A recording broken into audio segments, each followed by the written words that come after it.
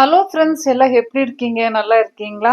நம்ம சேனல் தொடர்ந்து பார்த்துட்டு வரவங்களுக்கு ரொம்ப நன்றி. நீங்க புதுசா பார்க்குறவங்களா இருந்தா நம்ம சேனலை சப்ஸ்கிரைப் பண்ணிக்கோங்க.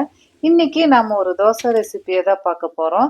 2 கப்பு ரவை, 1 கப்பு துருவிய தேங்காய் எடுத்திருக்கிறேன். இப்போ 2 கப்பு ரவையை நம்ம ஒரு மிக்சிங் பவுல்ல சேர்த்துக்கலாம். அடுத்ததா ரவைக்கு தண்ணீர் சேர்த்துட்டு ஊற வச்சு வைக்க போறோம். இந்த ரவைக்கு தேவையான அளவுக்கு தண்ணி, ரவை முழுகிற அளவுக்கு தண்ணி சேர்த்துட்டு நீங்க ஒரு 10ல இருந்து 15 மினிட்ஸ் நீங்க ஊறதுக்கு வச்சிருங்க. பாருங்க ரவை நல்லா ஊறிடுச்சு. ஒரு 20 மினிட்ஸ் விட்டீங்கன்னா இன்னும் நல்லா ஊறிடும் சாஃப்டா. இந்த மாதிரி இப்போ ஊறின ரவையை நம்ம ஒரு மிக்ஸி ஜார்ல சேர்த்துக்கலாம். இந்த தோசைக்கு நம்ம அரிசி, பருப்பு, உளுந்து எதுவுமே சேர்க்க போறது இல்ல. ரவையும் அப்புறம் 1 கப்பு துருவிய தேங்காய் தான் சேர்க்க போறோம். இப்போ இந்த ரவையோட இந்த துருவிய 1 கப்பு தேங்காவும் சேர்த்துக்கிட்டு ஒரு ரவுண்டு இந்த மாதிரி கிரைண்ட் பண்ணிக்கோங்க. பாருங்க இந்த மாதிரி.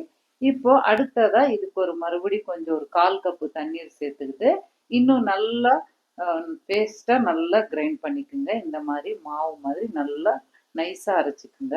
இப்போ அரைச்ச மாவை நம்ம ஒரு மிக்சிங் பவுல் சேர்த்துக்குங்க. மாவு ரொம்ப கெட்டியா இருந்தா ஒரு 2-3 டேபிள் ஸ்பூன் தண்ணீரும் சேர்த்துக்கிட்டு இது கூட மிக்ஸ் பண்ணிக்குங்க. மாவுக்கு தேவையான உப்பு சேர்த்துக்குங்க. இந்த தோசை அரிசி, பருப்பு எதுவுமே சேர்க்கல. நீங்க பூஜை நாட்கள்ல அரிசி அவாய்ட் பண்ணணும், வேற என்ன ரெசிபியை சாப்பிடலாம்னா கண்டிப்பா இந்த தோசைவை நீங்க ட்ரை பண்ணலாம்.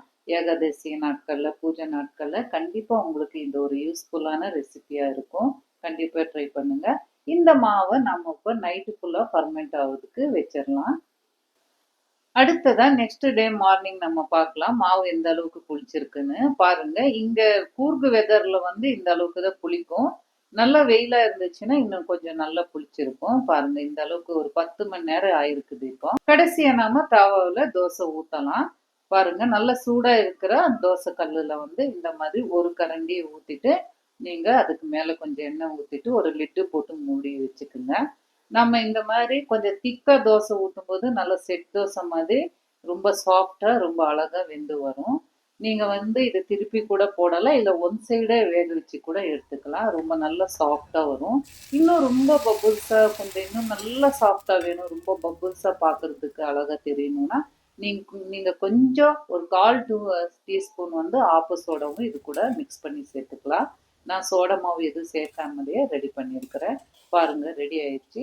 ரொம்ப சாஃப்டா ரொம்ப டேஸ்டா அரிசி, பருப்பு எதுவுமே சேர்க்காம நம்ம ஒரு தோசை ரெசிபி செஞ்சுட்டோம். இது பாருங்க எவ்வளோ நல்லா சாஃப்டா எவ்வளோ நல்லா வந்திருக்குதுன்னு. இது சட்னி, சாம்பார் எதில் சாப்பிட்டாலும் ரொம்ப டேஸ்டா இருக்கும். கண்டிப்பா இந்த ரெசிபியை ட்ரை பண்ணி பாருங்க.